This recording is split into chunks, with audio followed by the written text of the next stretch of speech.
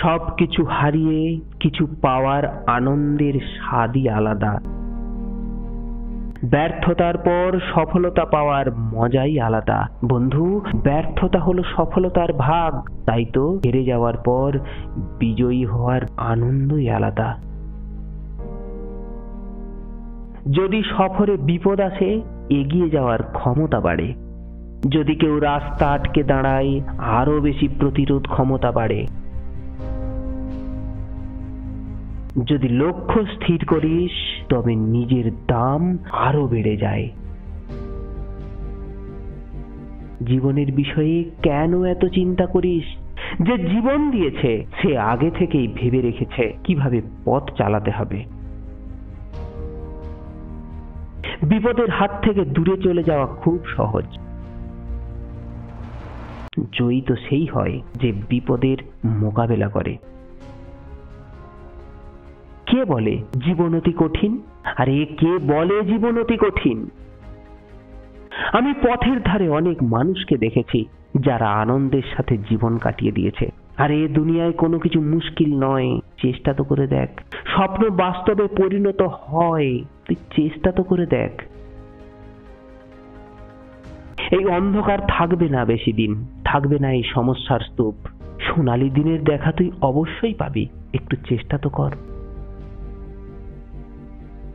জীবনে হারের প্রয়োজন আছে, জীবনে হারের প্রয়োজন আছে।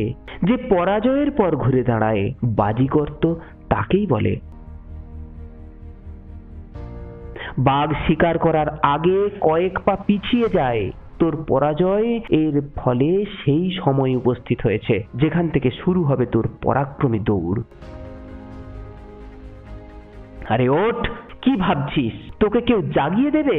ভুল ভাবছিস। কেউ নেই যে তোরে জাগাবে, জাগতে হবে তোকেই। তোর জন্য কেউ অপেক্ষা করবে না। তুই হারিয়ে গেলে 2 দিনেই তোকে ভুলে যাবে। নিজেকে নিজের মধ্যে আবিষ্কার কর। ওরে ওঠ, দাঁড়া, আবার চলতে শুরু কর। কি হলো, ভাবলি এখানেই শেষ? না রে, এবার তো তোকে ছুটতে হবে, উড়তে হবে তোকে।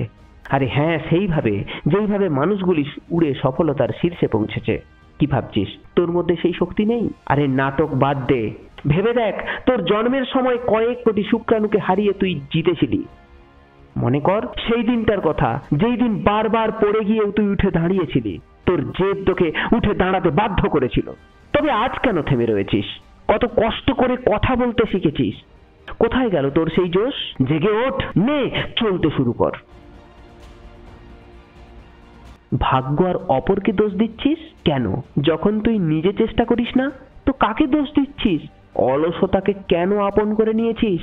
যখন স্বপ্ন দেখতে পারিস তখন তোর ভয় কিসের? চলতে শুরু কর।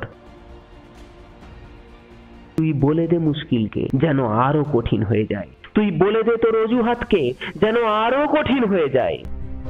তোর কিসের চিন্তা? তুই তো এখন তৈরি তোর সেই লক্ষ্যে পৌঁছানোর দৌড় দেওয়ার জন্য। মানুষ বড় হোক বা ছোট, এতে কারো কিচ্ছু যায় আসে না। মানুষ দেখে তার কর্মকে।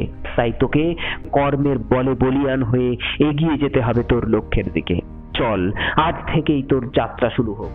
আমি রয়েছি তোর সাথে। তুই যখন ক্লান্ত হয়ে পড়বি, আমি তোকে এগিয়ে যাওয়ার রসদ যোগাবো। ধন্যবাদ।